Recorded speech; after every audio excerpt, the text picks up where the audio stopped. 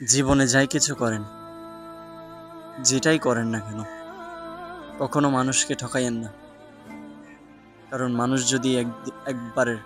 মানুষের মন যদি একবার যদি ভেঙে যায়, তাহলে এই মনটা আর জোড়া লাগাতে পারবেন না। আপনি কাছের টুকরো দেখেন না, যতই আবার আগের মতো লাগাক না কেন, একটা না একটা খুঁত লেগে থাকে যে এটা ভেঙে গেছিল এক সময়। তো বলবো, মানুষের অন্তরে কিন্তু খোদা থাকে, ওই অন্তর দয়া করে ভাঙবেন না। আপনি আজকে বিনোদনের জন্য, আজকে লাভের আশার জন্য আপনি আজকে মানুষের মন ভাঙছেন।